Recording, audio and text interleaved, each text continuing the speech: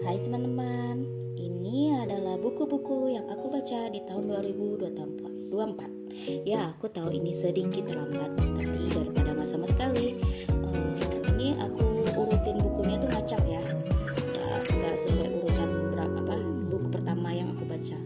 Oke, yang pertama itu satu buku ya, udah kelihatan judulnya kan, satu buku yang membuat aku nangis di tahun 2024 karena ceritanya ini menginspirasi, yaitu As Long as Lemon Trees Grow. Ya, ini ceritanya berlatar di perang Suriah. Yang kedua ini Jet City by Fonda Lee. Kalau pencinta fantasi udah pasti suka sama buku ini sih. Jadi ini tentang drama fantasi action. Kalau kamu tahu versi kayak mafia, film-film mafia di Hong Kong, nah ini versi fantasinya. Nah kebetulan yang kedua itu Jet War, aku sengaja belum mau baca karena aku udah kayak gimana ya, udah suka sama buku ini. Jadi kan buku ini ada trilogi, jadi aku mau tunggu sampai buku ketiganya baru aku mau baca yang kedua. Terus yang ketiga Claire karya Ari Nilandari. Nah, ini buku sebenarnya aku ini yang tahun ini baca 2 kali karena aku sangat suka dengan tema ceritanya. Beda dengan cerita kayak cinta remaja lainnya lah.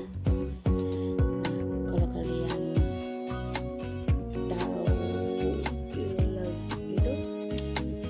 film Korea Love Really Runner, mungkin ini agak sedikit mirip vibe-nya.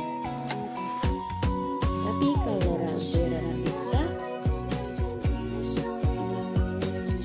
melakukan perjalanan waktu, kalau di Claire dia bisa membaca kenangan. Nah, gimana tuh? Baca aja ya. Yang ketiga selanjutnya Karma.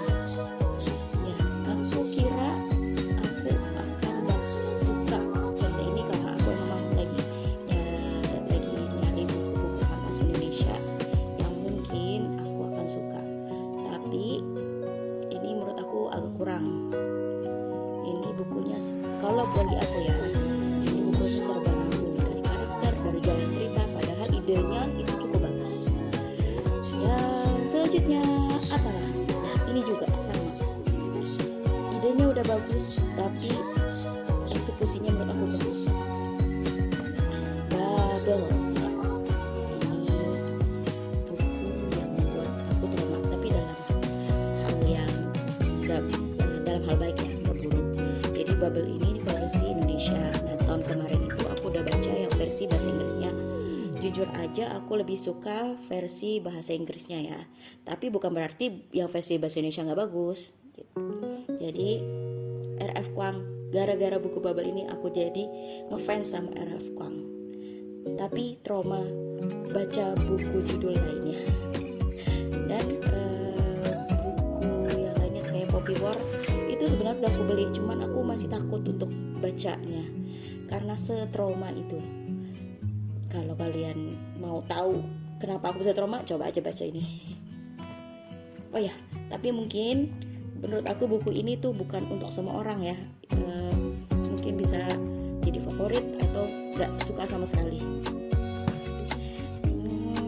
Terus Sorcery of Thrones karya Margaret Rogerson. Ini aku suka. Ini standalone ya, gak ada lanjutannya. Jadi buku fantasi hanya dalam satu buku ini, nggak ada lanjutannya. Ini direkomendasiin sama beberapa youtuber ya, dan aku juga nonton YouTube-nya ya, dan aku juga setuju dengan pendapat mereka, dan aku juga suka sama cerita ini. Dan yang terakhir dan cukup lama, ini menghabiskan bulan Desemberku hanya membaca 2 buku ini. aja sih. Suits Research Girls.